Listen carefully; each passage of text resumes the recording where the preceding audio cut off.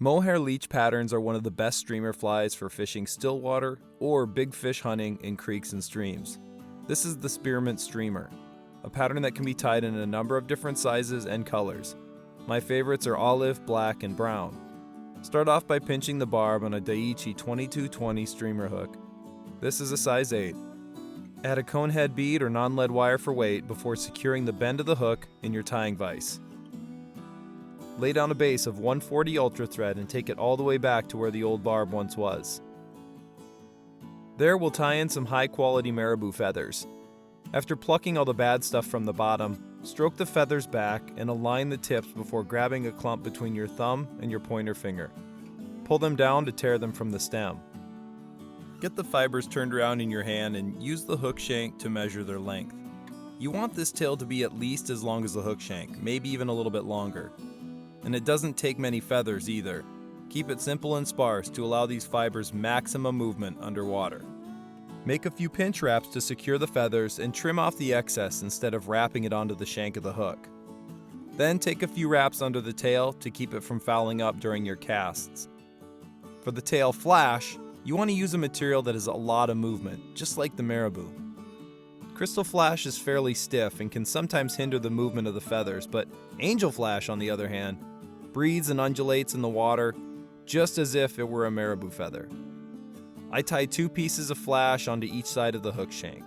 Their orientation doesn't really matter much. Wherever they end up, it's just fine. Next, swipe a Hackle Feather from a Grizzly Mini Hackle pack. While holding the feather at the tip, wet your fingers and stroke the fibers back to splay them out. Then tie that tip section in along the hook shank, just like you would a soft hackle. Let that feather hang off the back of the hook while you reach for your Mohair Plush dubbing brush. This is a long strip of Mohair Plus dubbing ensnared between 2 stainless steel wires to form a dubbing brush with a lot of body. It not only beefs up the fly, but it offers some shimmer once brushed out. Secure one end of the dubbing brush at the back of the hook and bring your thread all the way up to behind the Conehead bead.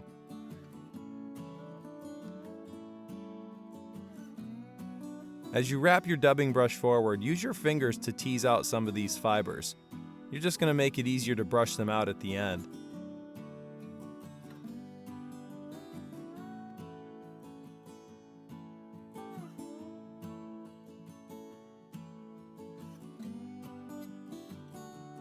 Secure the wire with multiple wraps behind the bead, and use the butt ends of your scissors to trim the tag so that you don't dull the tips.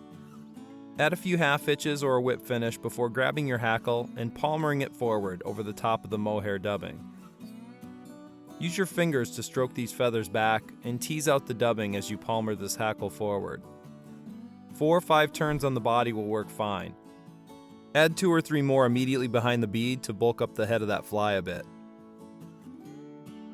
Grab a dubbing brush and take rearward strokes to bring Mohair Plus dubbing through the secured hackle.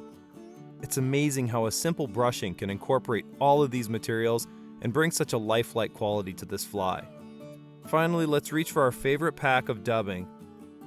You can use more mohair here if you prefer, or you can add a little bit of flash with some Firestar dubbing like I am. Dub on a fairly thick noodle and secure the dubbing collar behind your Conehead bead. Add a few more half hitches before brushing these fibers to incorporate them into the rest of the fly.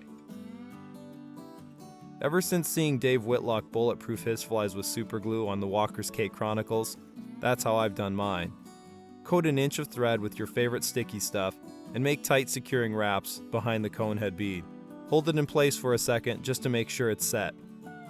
I add a half hitch just to be safe. Then you can trim your thread.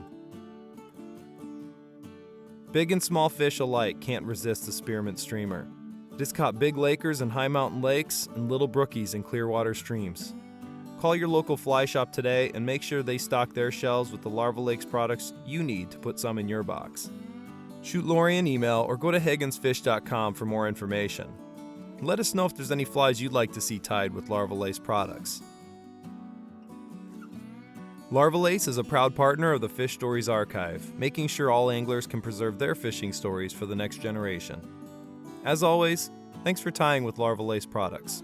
Until next time, tight lines and best fishes.